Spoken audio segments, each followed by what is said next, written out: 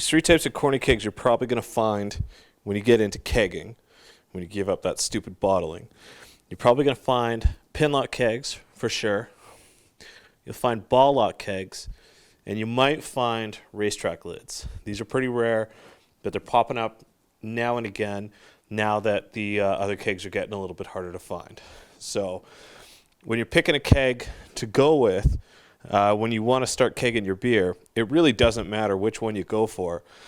Some people like these ball locks. These ones here, they're a little bit taller and slimmer than the pin locks. So some people feel they can get more into their keezers. And some people like going with the pin locks just because of the ease of finding these things. When Pepsi Cola started getting rid of the ball locks, they went fast. And I think the last 100,000 of them actually went in the last year or so, so they're getting really hard to find. The pin locks, however, are the Coke ones, and they're pretty easy to find these days. Stock levels of these ones coming out of the plants are pretty high, especially up here in Canada. Not sure what the U.S. counterparts are like. And these racetrack lids, I'm not really sure, to be honest, what the stock levels are of these things, but we see these every once in a while. They're certainly not as popular or as easy to get, I guess, as these pin lock kegs here. And you'll notice the only difference between the pin locks and the ball locks is height. The ball lock there on the back right is higher, and the pin locks are shorter and fatter. So it's really up to you. If space is a big consideration for you, then you may want to go with ball locks, but pin locks are certainly much easier for us to find. So what are you going to need to get started fixing these things or rebuilding them or whatever you want to do? Well, first off, you're going to have to decide, are you just going to rebuild it, replace your O-rings, or do you need to fix a problem? Do you have some leaks? If you have some leaks, then you're definitely going to need yourself some parts. You're going to need some extra poppets and posts here, and you're probably going to need some dip tubes. These things bend. You can have some issues, so it's always good to get yourself a couple extra ones for your kegs. Next thing you're going to need some O-rings. And you're going to need the O-rings to seal up those posts and to do your lid as well. Now, if you're going to be buying some O-rings here, you can get them online. eBay is a great place to get them. If you're in the U.S., you can get these from McMaster Carr. The lid O-ring size is number 417. The post O-rings, and that's for here. This is size 111, and the dip tube that's underneath this post here is number 109. And they're all the same. It doesn't matter which keg you're going to use. So you can order those things. They'll cost you a couple of cents. I think a rebuild kit for these things costs us about $1. So you'll be in good shape. Get yourself some extra ones. And a couple other things you're going to want if you're going to rebuild those is you're going to want a 7/8 wrench to get on there. You can use a socket for most of the ball locks.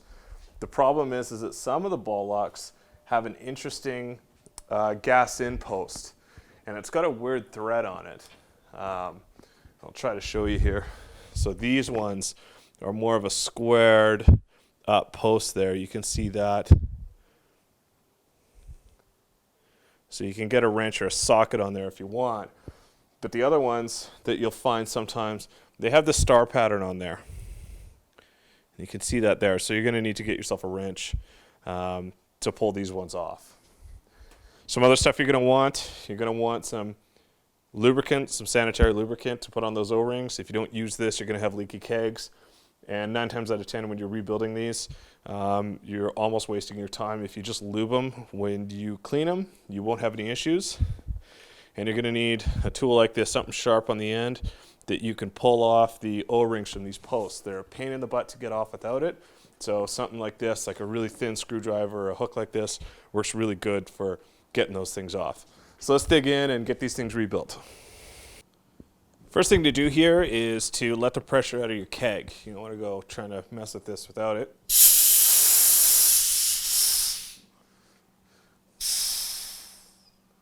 So now that it's depressurized, we can take this lid off. I use new lids on all mine. I just had them, so I used them, but you can definitely get yourself some spare lids. I think we sell them for about $5 a piece. So we'll throw that aside. So the lid's out now. And then we'll just take these posts off. Quite easy to get off here. And the post comes out there.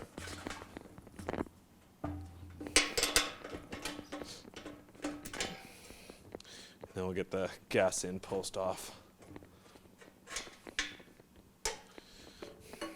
And you're going to want to get your hand in here, and you're going to want to take the liquid out, dip tube. And this keg, I don't actually have a gas in tube here. Some of them have them. It's not really necessary to have it on there. So once you've got that, done, you can come in here with your tool here and you can pry these seals out. You can see this one's kind of messed up. It's just breaking apart. It's not really in good shape. So we'll take that out. And we'll also do our liquid out here. Just try not to stab yourself in the finger. I've done it a couple of times and it sucks. So you got two different posts here.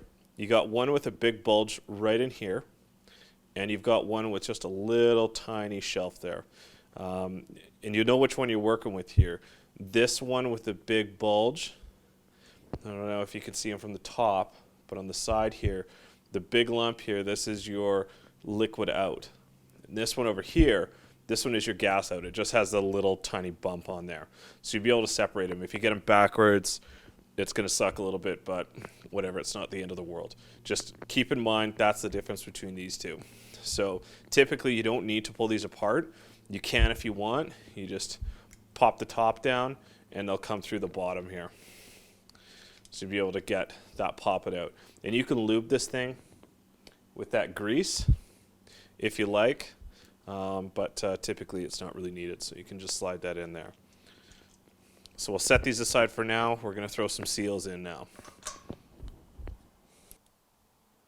So now all we have left is to rebuild our keg.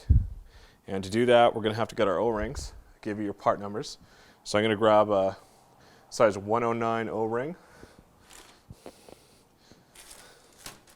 from my pile here. And what I'm going to do is I'm going to take my dip tube and I'm just going to peel this thing off the top. We don't need that one. We're going to throw it away. It's a couple of cents. So get rid of that, and you get your new size 109 O-ring. You just slide it over the top there. This is your liquid outpost. And now we're ready. We can just slide that down, and we're halfway there. Second one we got to do is we have to do our gas in post. And we need another size 109 O-ring. We're going to put that on over the top there, nice and snug. We're going to drop that down. Grab your post here. Remember, your gas in is the thin bump, liquid out is the big one. So we'll just put our liquid out post on there. We'll grab our gas in, toss it on there. 7/8 wrench, tighten them up. You don't have to be crazy tight.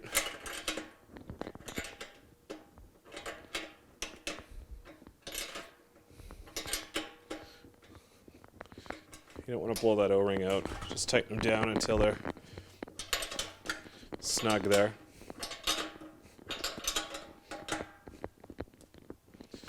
Okay, so those are on.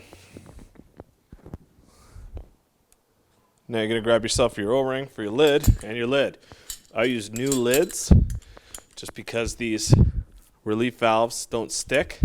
If your relief valve does stick, just twist it, pull it apart, and you can lube the end there.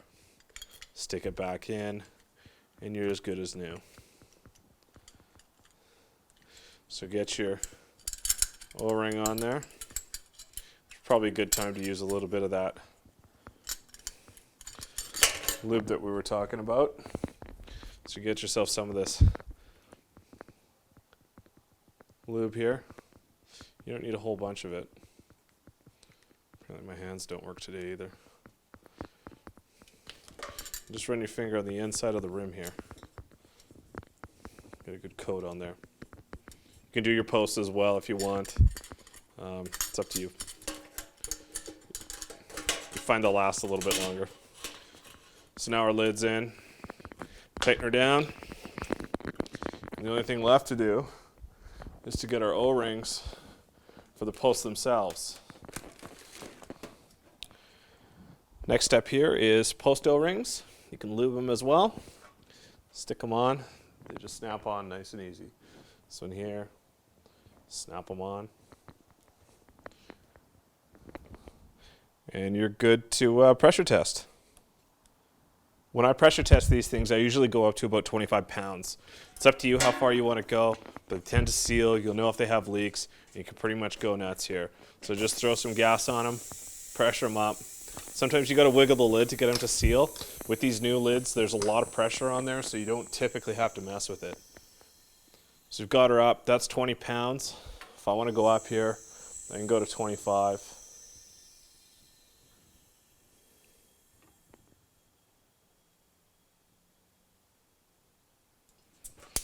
Take the gas off. If you want, you can spray some soapy water on these things to see if they leak. But my thing here is if you can't hear it, you don't hear anything on the tank. It's usually pretty loud when these things start to leak. If you don't hear anything on here, you're good to go.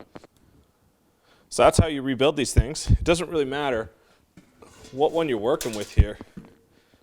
These kegs are pretty much the same process. You just need to be a little bit careful here because there's little nibs on these pin locks here. That's why they call it a pin lock. So you're going to need to just be careful when you take this off, using your wrench there.